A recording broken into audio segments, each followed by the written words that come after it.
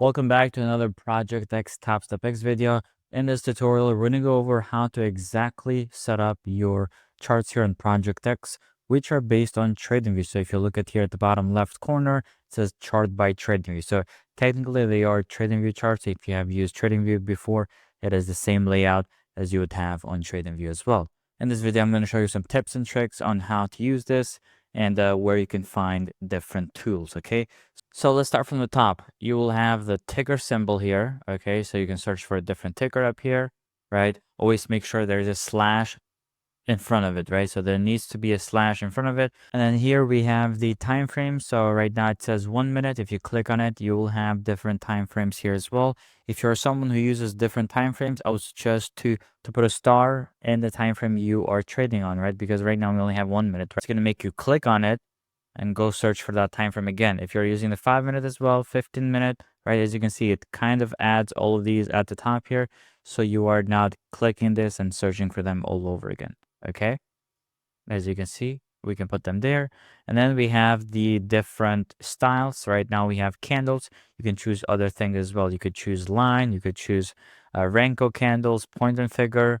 I personally just use candlesticks, right? But if you want to use Renko, for example, you can use that as well. Then we have indicators. So indicators on ProjectX will be the default indicators that TradingView already has, right? So moving averages, VWAP, volume profile. You will not, as of this video, you will not have custom indicators, unfortunately. Okay, so no custom indicators on ProjectX as of right now, even though you might have them in TradingView. So indicators, you can just plug that in, click on that, it's there, okay? Double click on any indicator, it gives you their settings, so you can configure them any way you wish, okay? Up here, we have preferences, okay? These are some preferences which ProjectX is unique, right? You will not have these in TradingView, for example. So data speed, okay? If you have good internet, I would recommend to have this in fast. If you don't have that good internet, then I would not recommend this, okay? Because it's going to start lagging. So keep it on medium, for example. You have chart executions. So if I click on this, we can see executions happening on the chart. It will give you a couple of arrows up and down where you entered and where you exited exactly. Here you can hide chart plots. So order lines, position lines, etc. all are hidden. I would not recommend doing this because it might get confusing. Like you might be in a position, but because nothing is showing on your chart, you think that you might not be in anything, and a lot of issues could happen. And that's why there is a warning sign right there. Okay, I would not recommend to put this on. Order settings, if you want to have this on or not. Chart plot alignment. It says here plot chart items left or right. For me, this really doesn't do anything, so I haven't actually used it. Chart value display type. This is really nice. Okay, so when you open a position, do you want to see the P&L in dollars, ticks, percents, or points? Okay, so you can use any of those. Some people don't want to see the dollar value, so they choose ticks or points and so on. Account settings, confirm account switching. This is really, really interesting. So what this will do is if you have it on, okay, and click save, if I go now to another account here, it will ask me, hey, do you want to switch over? I'd recommend having this on because there's been so many times where someone thinks they're trading on a practice account, or someone thinks they're trading on a evaluation account, but they're on a instance in front of the account and they mess everything up. So I'd recommend you have this on, okay? And then lastly, hide economic events, which basically what that does is basically hides these little icons here at the bottom, okay? Nothing crazy. Okay, next thing we have add chart link, which we already have the link, right? We have talked about this in a previous video as well, where we link the chart with the order tab and so on, right? We already have the link right there, okay? Okay, adding multiple charts. This box right here will do that for you. So if you click on it, you'll have different types of layouts depending on how many charts you want. So if you want 6 charts, for example, you can click on this and it will automatically give you 6 charts.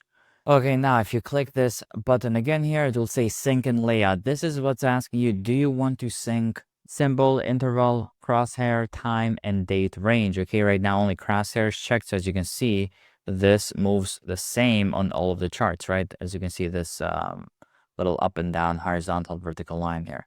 If I want to sync the time, for example, or the interval, basically turn that on. If I change this to the 5 minute, all of these change to the 5 minute. Okay, we saw that. If that is unlinked, if I change this to the 1 minute, You see how these did not change? Only this, right? So basically what this is asking is basically what you want to sync, okay? If you want to have different symbols, you want to have this off, but at the same time, you want to have the link off as well, okay? Because if I just change it here to GC, all these will change because of the link. If I remove the link, change this to NASDAQ, only this changes to NASDAQ because we don't have the link and we don't have the symbol checked here as well, okay? I would not recommend having this many charts because it would get confusing, but if you're having like 2 charts maybe because you trade 2 different tickers or just because you trade the same ticker but in different time frames, right? You keep the 1 minute here, 5 minutes here. That's something that, I would do, okay? Any changes that you do make on this layout, please save it. So you have here, save layout, and then you can make a couple of different layouts that are saved there. Sometimes you want to use one chart, sometimes you want to use different charts and so on. Make sure you are saving the layouts, okay? Now, on the left here, we have all of the tools that you can use on this chart. So we start all the way from trend lines, okay? So anywhere from horizontal lines, vertical lines, parallel channels, right? We have Fibonacci's, Fibonacci retracements, Fibonacci spirals, like all of the Fibonacci tools you might want there. Long, short positions, anchored VWAP, price range. What you want to do is go through all of these and see what you use most. And what you want to do is start favoriting them, right? So click that, right? And you'll get this little nice toolbar here. So instead of you trying to search them like you were doing for the time frames here, you have it right here. Very, very simple. Okay. Drawing tools, text annotations, like basically tools that you want to start doing your analysis with. Now, when we go here to this little part here, you have a couple of different things. So we have a magnet, okay? We have a weak magnet and a strong magnet, or you have no magnet at all if this is not checked on. So what happens is, if I have a horizontal ray, right? As you can see, if I'm trying to figure out what this high was exactly, I'm going to have to start guessing and try to make it as close as possible to that top and hope that that's the top, right? Now, the difference is if I have the magnet on here, let me delete that. If I have the magnet on, weak magnet, right? And let's go to that again. As you can see, it snaps, right? Do you see how it's snapping, right, to those highs and closes? And I am for certain that is the high now because it snapped to it, okay? If you look at the high up here as well, when I hover over, it's going to be 55.8 and it's exactly 55.8. There's also a strong magnet as well. It will kind of attach to it when I am having the mouse this close, but also up here. Even up here, it still goes to that candle. But if I have a weak magnet, if it's close, it's good. But if I'm up here, it will not connect to it, right? Just basically how strong the magnet is, basically. Another tool that I use here will be this eye icon that says hide drawings, hide indicators, or hide all. So for example, if I have a drawing, if I have this off, hide drawings, it will make that off. When I use this is basically if I have too many indicators on my charts, let's say moving averages and VWAP and volume profile, and there's so much happening that I'm like, hey, I just want to zoom out a little bit, not look at too many indicators. I would go here and hide indicators, and it's a little bit more clear. Or hide all, and it hides all the drawings and everything that's out there. Okay, it's kind of like instead of me making these on and off all the time, just an off or on button that hides it all or shows all at the same time, okay? And then going here at the bottom of the chart, we do have the time frames once again here. And then we have this button, ETH, and then also RTH, regular trading hours. So basically the difference between these two, extended trading hours will show all hours available, okay? So if the futures market is open 23 hours a day, it will show all of those hours.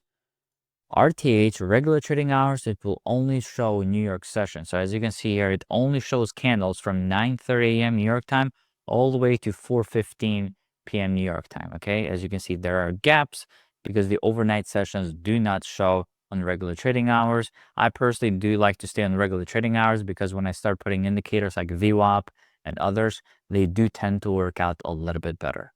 And the last thing on the chart, you can right click and also go to settings and start customizing here as well. Whether that's changing the color of the bodies, right? I see some people that do not like to use, green and red just because of psychology. So the green, they might have it as white. And then the red, they might have it as something like blue or something, right? And then they would change that for the borders, wicks, and so on. Price line. Okay, do you want to show the last price there or not? If I turn this off, as you can see, the line is not showing. We just have the last price here on the column. We have the previous day close if you want to show that on. The high and the low of the current day showing there as well. The session that we just went over.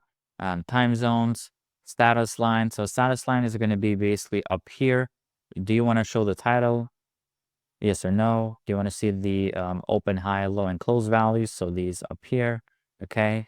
As you can see, a lot of different kind of settings that you can change, whether you want to change the background. I personally have the grid line not available, right? So default is like this. I personally like to have them off just because it's a little bit more clean and so on. Last thing here, if you right click on the numbers here on the right, please always select scale price chart only, because if not, your charts might look something like this sometimes.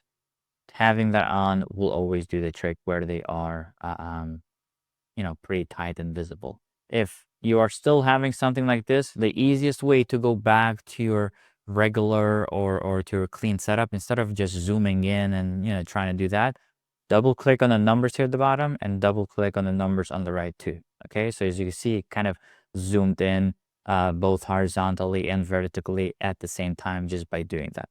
Okay, I hope this video explained a little bit of what to do with these ProjectX TopstepX charts that are based from TradingView. Again, as I said at the beginning of this video, if you have used TradingView before, it is the exact same settings that you have on your TradingView account as well.